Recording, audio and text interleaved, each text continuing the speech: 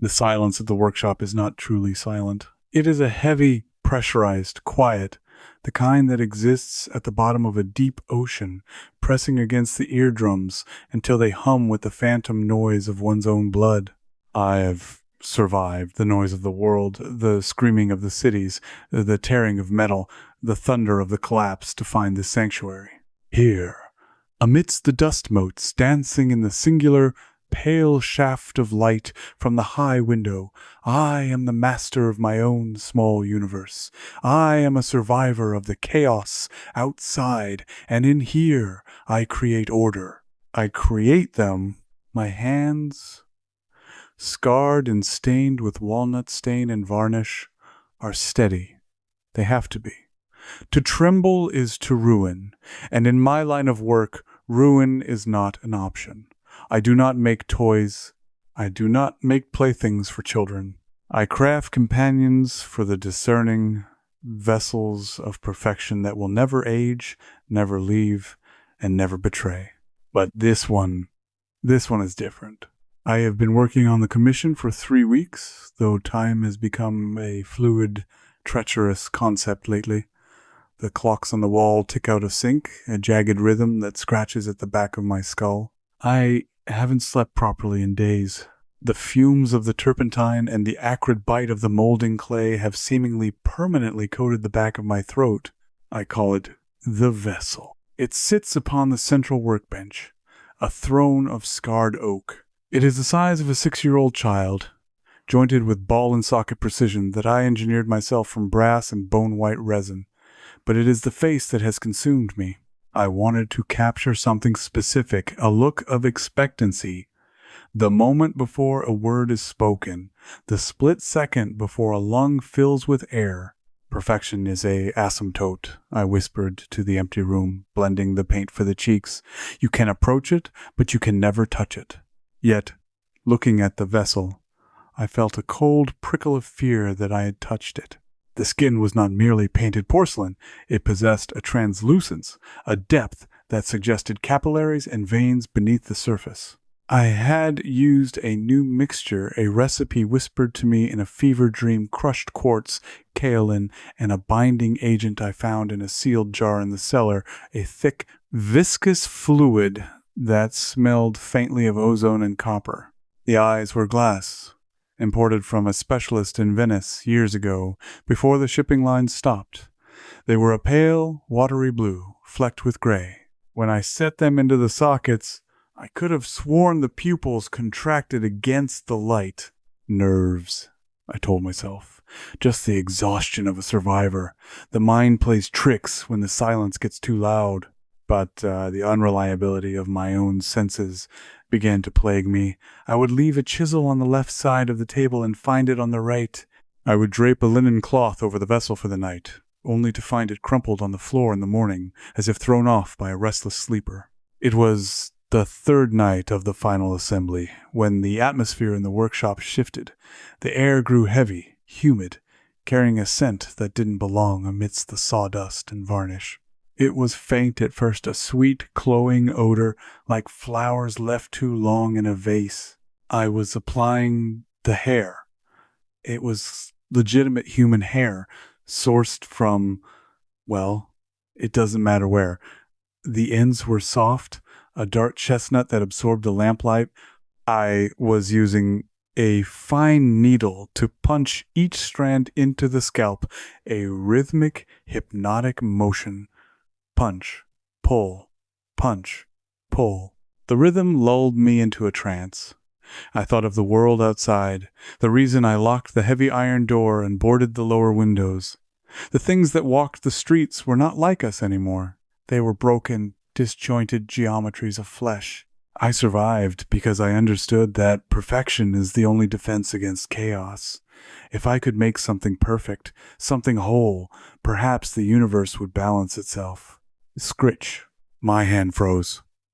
The sound came from the workbench, not from the floor, not from the walls, from the wood directly in front of me. I looked down at the vessel. It sat upright, supported by a metal stand, its legs dangling freely. The hands Delicate fingers curled slightly, rested on its lap. "Just the wood settling," I muttered. My voice sounded jagged, foreign in the stillness. I leaned in closer to inspect the hairline. The work was seamless. You couldn't tell where the resin ended and the hair began. It was a masterpiece. It was beautiful. It was looking at me. I jerked back, dropping the needle. It clattered on the floor, the sound like a gunshot. The eyes.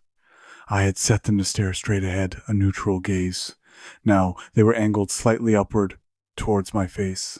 "No," I hissed, rubbing my eyes with the heel of my palms. "Paranoia, exhaustion, you are losing your grip. Old man." I grabbed the magnifying lens on the swing arm and pulled it down, bathing the doll's face in intense, magnified light. I scrutinized the glass eyes. No, they were fixed, immobile. It was a trick of the shadows, the flickering filament of the bulb overhead. But as I leaned over the table, my face inches from the porcelain visage, the smell hit me again, stronger this time. The sweetness was gone, replaced by something fouler. Wet earth, stagnant water, the distinct, primal warning of meat turning sour. Where was it coming from? I sniffed the air frantically. Had a rat died in the walls? Had the glue gone rancid? I leaned closer to the doll, sniffing the resin of its chest, nothing but chemical sharpness. I moved to the hair, dust and old shampoo. I moved to the face, and then I heard a sound so faint, so impossible, that my brain tried to categorize it as anything else. The wind outside, the settling of the house, the blood in my ears. Soft, wet intake of air. I froze, paralyzed by a terror that was ancient and absolute. My face was mere inches from the vessel's lips I had painted with a precise mixture of rose madder and ochre to simulate blood flow. The lips parted. It wasn't a mechanical click. It was the sticky adhesion of mucus separating. A tiny, viscous string of saliva stretched between the upper and lower lip, glistening in the harsh light. I couldn't move. I was a rabbit before the viper. The logic of the world, the physics I had relied upon to survive the madness outside, shattered into 1,000 irreparable shards. The exhalation struck my cheek. It was warm. Not the warmth of a living human, radiating heat from a burning core. It was a fever warmth, a humid, sickly heat, like the inside of a compost heap. And the smell, it washed over me. A tidal wave of atrocity. It was not merely the smell of death, it was the smell of ancient death. It smelled of tombs sealed for millennia, of black fungal blooms and deep caverns, of things that squirm in the dark beneath the earth. It was the breath of the grave, concentrated and expelled from a chest cavity that should have contained nothing but wire and sawdust. I gagged, stumbling back, crashing into the tool rack behind me. Gouges and chisels rained down, clattering around my feet. "What are you?" I screamed, the sound tearing at my throat. The vessel did not move. It sat there, impassive, beautiful, perfect. But the chest, the resin chest, was it rising? Was that a rhythmic expansion pushing against the velvet waistcoat I had stitched? I grabbed a heavy mallet from the floor, brandishing it like a weapon. "I built you. You are resin and wire. You are nothing."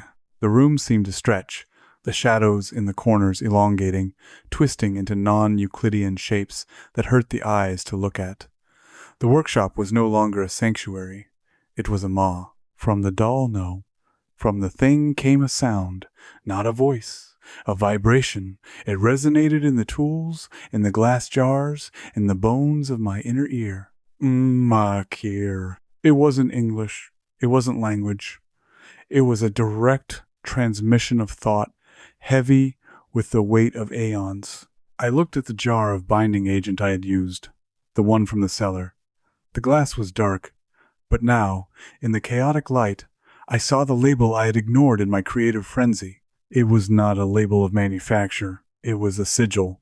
A complex, spiraling design that seemed to move if I stared at it too long. I hadn't created a doll. I had built a door. The exhalation came again, louder this time, a wheezing rattle like air passing through fluid-filled lungs.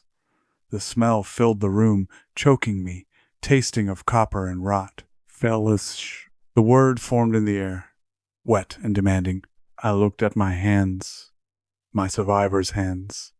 They were trembling violently. And then I saw it. The cracks, fine, hairline fractures running along my knuckles, not in the skin, but of the skin. I scratched at one, and a flake of flesh chipped away like dried paint, revealing not blood and muscle, but a dull, gray substrate. I stared at the doll across the room. The skin I had painted looked flush, pink, thriving. The eyes were bright, moist, alive. The memories I had suppressed came flooding back, breaking the dam of my denial. The collapse of the world, the silence. There was no world left. There were no customers. There was no commission. I had been alone in this house for a century, or perhaps a day. Time did not exist here. The smell of decay was not coming from the doll. I raised my hand to my mouth, feeling the cold, hard stiffness of my own lips. I tried to scream, but only a dry click emerged. I looked at the vessel, the thing that sat on the workbench, glowing with a stolen vitality. It blinked, slowly, deliberately. It took a deep, shuddering breath, inhaling the workshop air, inhaling the life I thought I possessed. I looked down at my chest. There was no rise and fall. There was no heartbeat. I was the construct. I was the shell that had held the ghost, laboring in a fugue state to build a new housing because the old one was finally wearing out. The thing on the table slid off the workbench. It moved with a jerky, newborn grace, its joints popping.